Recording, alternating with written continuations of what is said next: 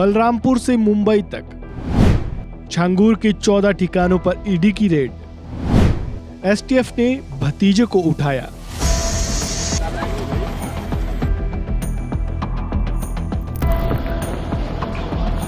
पहले एटीएस ने गिरफ्तार किया, अब ईडी ने 14 ठिकानों पर रेड डाली। अवैध धर्मांतरण करने के आरोप में नपे और नकली बाबा बने जमालुद्दीन उर्फ छांगूर की मुश्किलें लगातार बढ़ती जा रही है। कानून के शिकंजे में जमालुद्दीन उर्फ छांगूर बुरी तरह से फंस चुका है। ईडी ने बलरामपुर से लेकर मुंबई तक छांगूर के 14 ठिकानों पर छापेमारी की। ईडी ने छांगूर के यूपी के उतरौला में 12 ठिकानों को, मुंबई के 2 ठिकानों पर छापेमारी की है। ईडी छांगूर के कॉम्प्लेक्स की पड़ताल तो कर ही रही है, मधुपुर स्थित उसके आवास को भी खंगालना शुरू कर दिया है।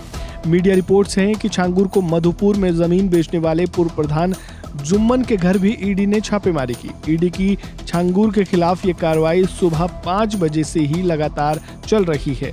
मीडिया रिपोर्ट्स है कि यूपी के बलरामपुर के तरौला में ईडी की टीम सुबह तड़के पहुंची और छांगूर के प्रतिष्ठान का ताला खुलवाकर उसे खंगालना शुरू कर दिया। गौरतलब है कि छांगूर पर अवैध धर्मांतरण का आरोप तो है ही, उसी के तहत मनी लॉन्ड्रिंग के साथ ही विदेशी फंड की जांच भी चल रही है, जिसके एक एक कनेक्शन को तलाशने का काम ईडी ने शुरू कर दिया है। जमालुद्दीन यानी छांगूर के संपत्तियों को खंगालने में जुटी ईडी मधुपुर के पूर्व प्रधान जुम्मन के घर के अलावा छांगूर के दूसरे करीबियों और रिश्तेदारों पर भी दबिश दी जा रही है।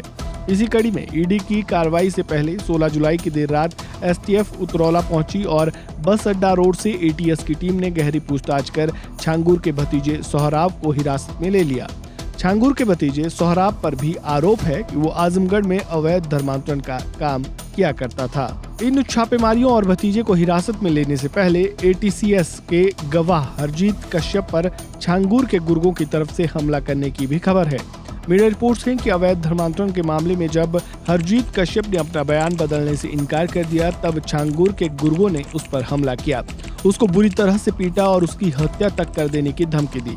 इस हमले और धमकी को अंजाम देने वाले छांगूर के तीनों गुर्गों के खिलाफ केस दर्ज कर लिया गया है और जांच शुरू कर दी गई है। छांगूर के इन तीनों गुर्गों के नाम रियाज, कमालुद्दीन और नवाब है। इस बारे में एटीएस के गवाह हरजीत कश्यप ने बताया कि उसको ये धमकी दी गई है कि रसूलाबाद गांव पाकिस्तान है, यहाँ रहकर मुसलमानों के खिलाफ जाने का अंजाम तुम सबको भुगतना पड़ेगा। इतना ही नहीं, कश्यप को ये भी धमकी दी गई है कि योगी सरकार के जाने के बाद तुम सबको सबक सिखाया जाएगा। बहरहाल ईडी की तरफ से छांगूर के 14 ठिकानों की छापेमारी में क्या कुछ निकलकर सामने आता है और इस केस को किस दिशा में ले जाता है, ये देखना अहम है। इस खबर में बस इतना ही। बाकी अपडेट्स के लिए जुड़े रहें वन इंडिया हिंदी के साथ। धन्यवाद।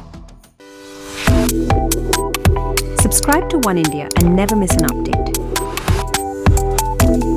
Download the One India app now.